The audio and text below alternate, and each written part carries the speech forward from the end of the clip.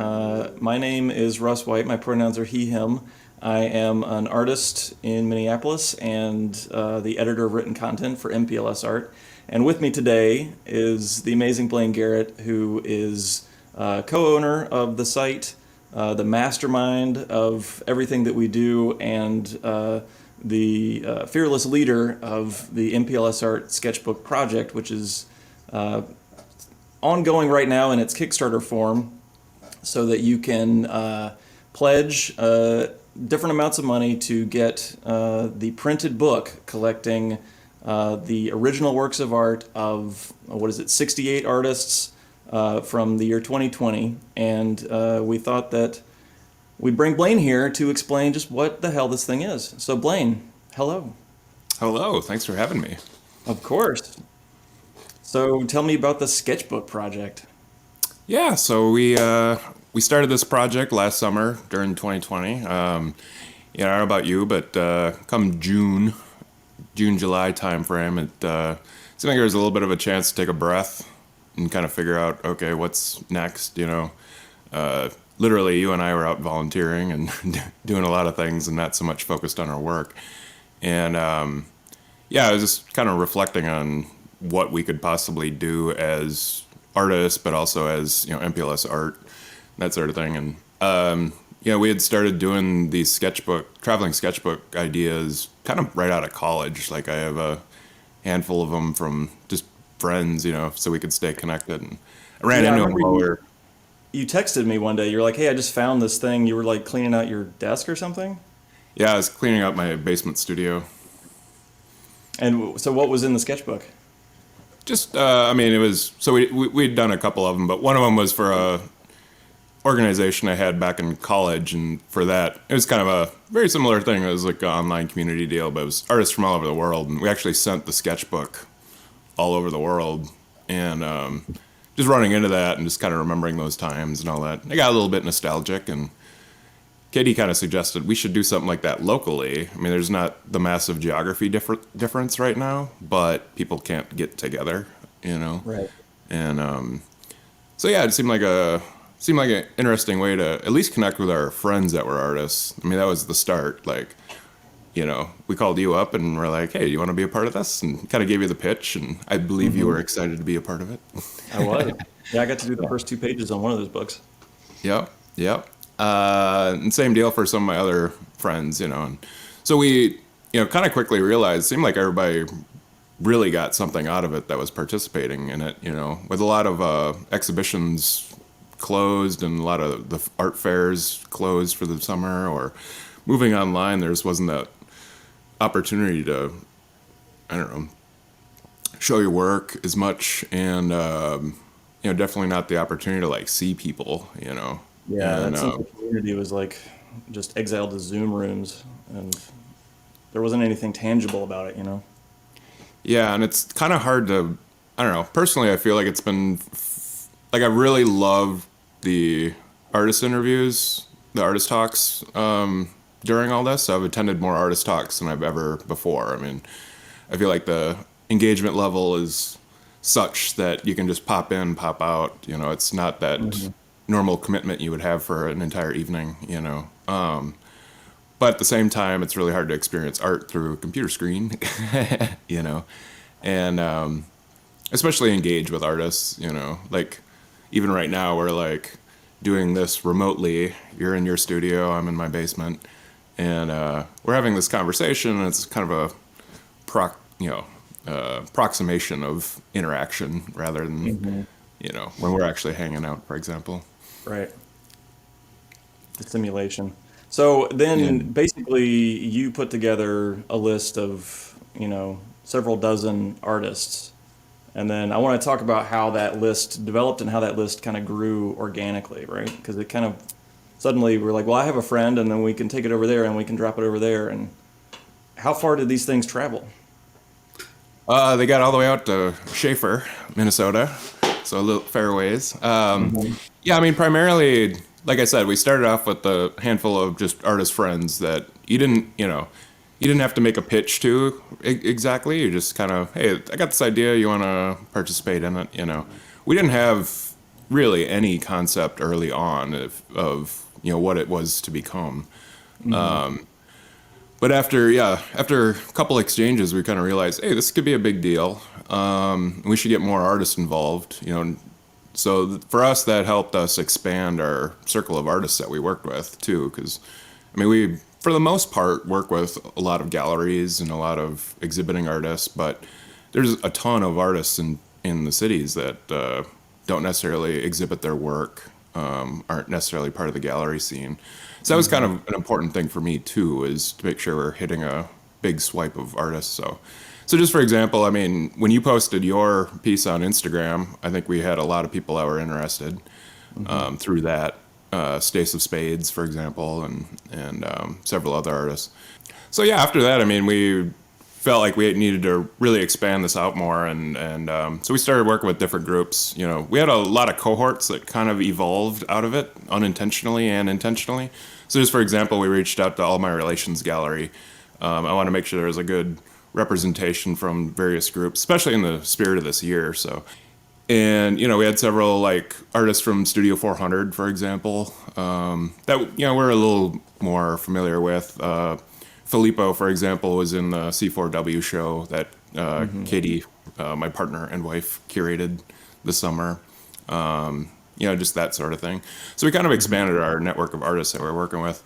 And then I'm a part of several groups online. I'm primarily an illustrator, for example, and so I don't show my work all that much. So groups like the Twin Cities branch of the Urban Sketchers group, that was something I've been following them for years and always kind of wanted to participate. I'm a notorious sketchbook keeper. So I reached out to them and we had Notorious even. Notorious. I have just piles of sketchbooks. I Yeah, I make believe it. sketchbooks out of nonsense. So we had several artists from there that I feel like we kind of introduced them to the local arts community, like the exhibitions circuit, because they're going to be in the Gamut exhibition. I think that's their first time showing their work in that sort of capacity. So Yeah, that's so cool. So just real quick to explain that, we've teamed up with Gamut Gallery here in Minneapolis to do a show of the actual physical sketchbooks. In addition to on the walls, there will be art from, is it like 30 or 40 of the participating artists, myself included. Are you gonna have a piece in this show? I will not. Okay. And we'll all have a piece or two maybe up on the wall so you can go in and it'll be just another way to engage with the sketchbooks as a physical object, with the artwork as physical objects, and to kind of, create that sense of community of, what's amazing about these sketchbooks, because I've gotten to hold them in my hands and flip through them, is just, it's not only the diversity of perspectives and experiences that the artists bring, but the media are across the board. You have, pencil sketches, you have basically like finished paintings. There's, one page that's just a sheet of tile. There's just like, there's so many different things. There's collages and prints and doodles and drawings, and it's just really something to hold in your hands and to experience. And so anyway, that show, what are the dates on the Gamut show? It starts April 10th. Okay. I believe it comes down early May. We'll post those official dates for sure. Yeah. And Then we'll that's have going a to be, oh, go ahead. as I say, then there'll be a preview night. Gammon always does preview nights the night before, and there'll be since it's still the pandemic, the gallery hours and the reception are going to be socially distanced, and you have to make reservations and that sort of thing. It's going to be fun. Yeah, it should be really cool. I'm Armageddon. excited.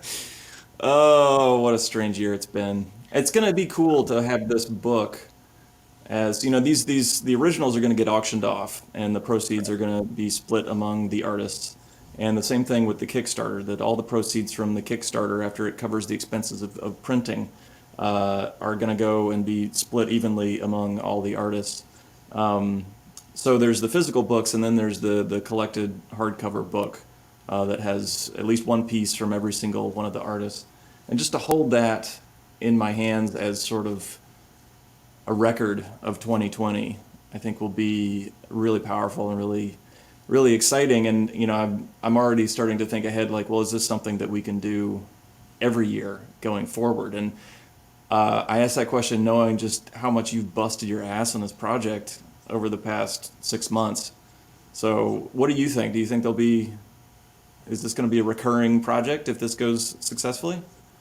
Yeah, I would like it to. Part of me thinks there's a time and a place for this book, and it was 2020. But unfortunately, we're not really through the woods yet. We're still in the middle of a pandemic. Granted, large swaths of the population are getting vaccinated, so things might, open up again very soon. I think there is like a definite like spirit that's captured of last year that I feel like might be hard to recreate, but even that sense of hope of the artists during the kind of right around the election and right after the election, that's captured in the book. And I don't know, I think it'll be hard to get capture that same spirit in a 2021 book. But I think the need is still there. Artists still need the financial benefit that this book is going to be bringing.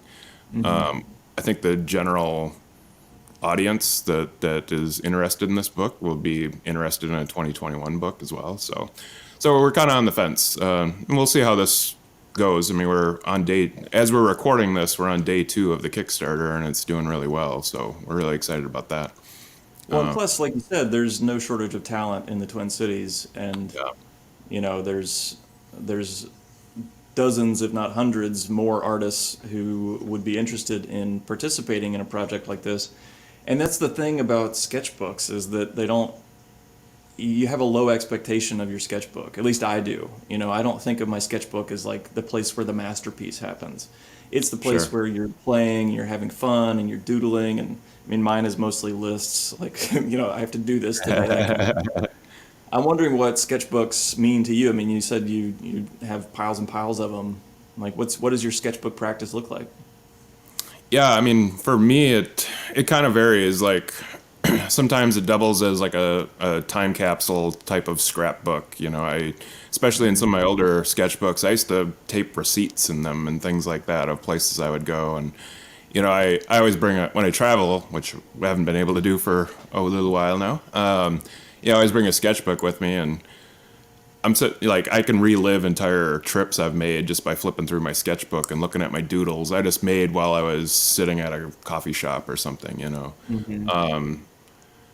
I also do a lot of to-do lists, which is really interesting when you look back 10 years ago, what was on your mind. It might be literally the Right. things you need to do that day, or it might be like life goals or, bigger things. And yeah, it's kind of fascinating to be able to flip through. I do that, periodically. I'll go back through my sketchbooks and just kind of, where was my head at the time that I made that sketchbook. And I feel that, like maybe it's because I go through them quite often. Like I can look at the MPLSART sketchbooks and I can almost picture what the artist was thinking when they made that piece, you know?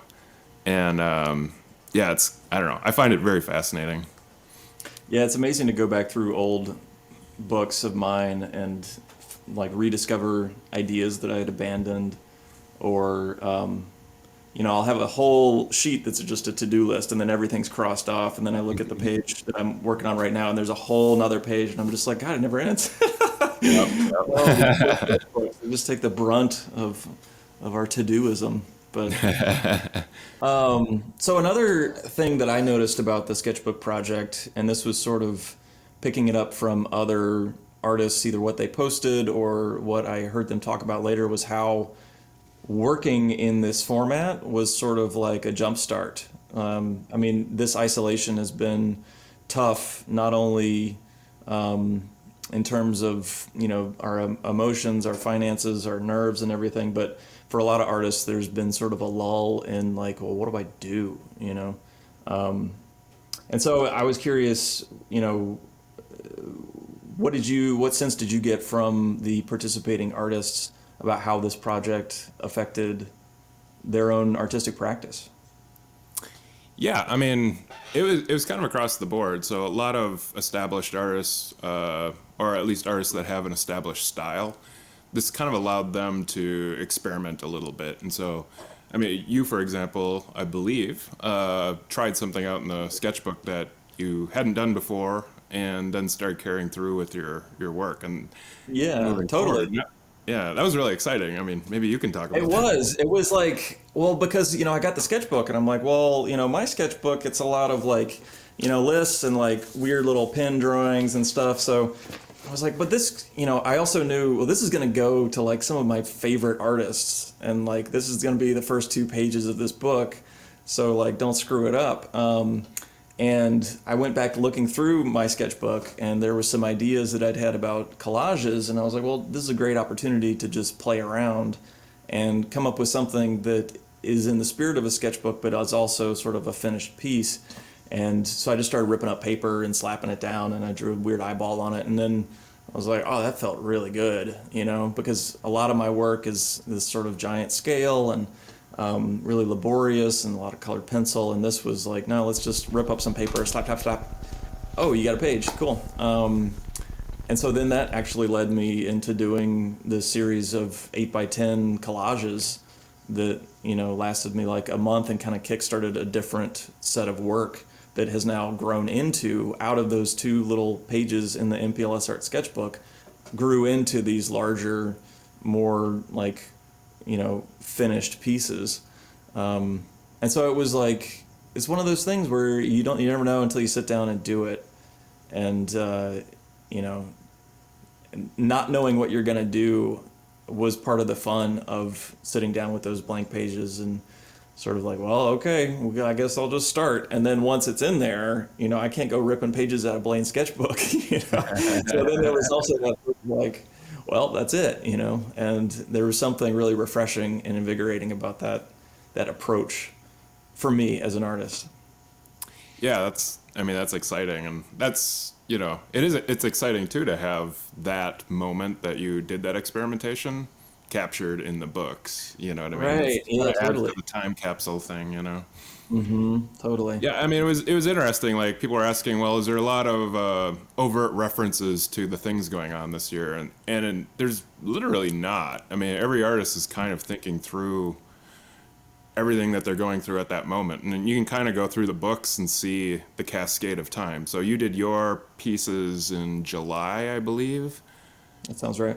and that's a completely different mindset of what's going on from, say, leading up to, like, we had one contribution that kind of bled into 2021 in that first week, quite a week, and you were affected Yeah. by that as well. And I think that's a common theme, is, for me anyway, is not to take time for granted this year. We had a lot of events, especially as we were putting together this video platform, and it sounds, silly to worry about, but it happens so often where you're going to have an online event like the Gamut exhibition that was hung right before the pandemic started. Part of our Right. video platform we put together was to host the closing, because they never got to have a proper closing. And we were kind of reluctant. That was the day after George Floyd was murdered, and the protests were starting up literally down the street from me here. And we were Yeah. kind of reluctant to even host the event that night, but then we felt guilty about it to an extent. Your artist talk with Peter Shahalski, Yeah, but that was scheduled, of course, for January 6th. It's like, well, oh, nothing's happening that day. That'll be a perfect day. It's just a regular old Wednesday. And yeah, I was getting ready for that interview that night, and tuned in at like 2 p.m. just to check and see how the procedural vote in the Senate was going to certify the election results. And oh, okay, well, this is what we're paying attention to now. And of course, we yeah, had to cancel or yeah. postpone, talk to later. And there's been so many things like that this year. I mean, even just exhibition openings that were like, okay, the governor announces the day before that we're going back into lockdown, or whatever. Right. It's been really hard to plan anything. I mean, even as we're recording this, the trial for Derek Chauvin starts next week, and Yeah. I have a certain level of anxiety about that. So yeah, I don't know. I don't know. So getting back to the sketchbook, as those events progress throughout the year, you can kind of feel them in the artist's work. You know, the vibe is way different Yeah. around the election. I mean, we lost Ruth Bader Ginsburg right before the election, and there's a piece Hmm. reflecting on that. You know, and as you're flipping through, especially when the pages in the original sketchbooks are in sequential order that they're added, it is like kind of doing a time travel of just everything this year. It's so hard to talk about any specific thing this year because there's just been so much, you know. Hmm. And so when people ask us, is there overt references to this, that, or the other thing? It's like it's implicit and it's all there. It's Yeah. you know. So I don't know. I just find that fascinating. I think there's also a lot of beauty though, as well as the ugliness, and it's not even in spite of it. It's, the the two sort of live side by side, and this is another example where this is how artists process, and that's something that I've reflected on a lot. Being so lucky and so privileged to be able to have a space that's safe that I can come to and make work, and then realizing, at least for me, there's been a lot of conversation around.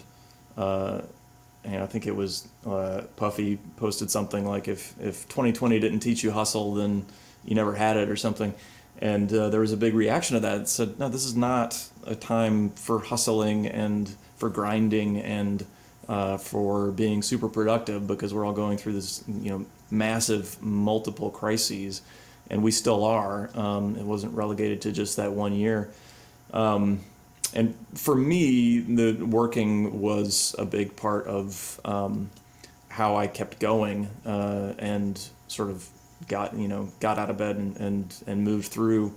But I was feeling very lucky that the process of making things was how I processed what was happening in the world. And I think in my work, all of that is there, whether it's explicit or not. And I think the same thing is most likely true for all the pages in those sketchbooks, because we were all alone, but we were all together in going through these things for the first time, or for you know living through something that was brand new and living through something that's 400 years old.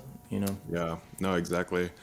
And yeah, I think have the sketchbook being passed around like that and having all that sort of artistic devotional energy embedded in those pages, when they would go around to the next artist and you could flip through all the previous contributions, I think that really did help bring people together, those artists. So that was a really cool aspect of it too, because I mean, artists that were involved in the project were all over the place, just like the regular population. Some were out protesting, some were out volunteering. We were out volunteering quite a bit.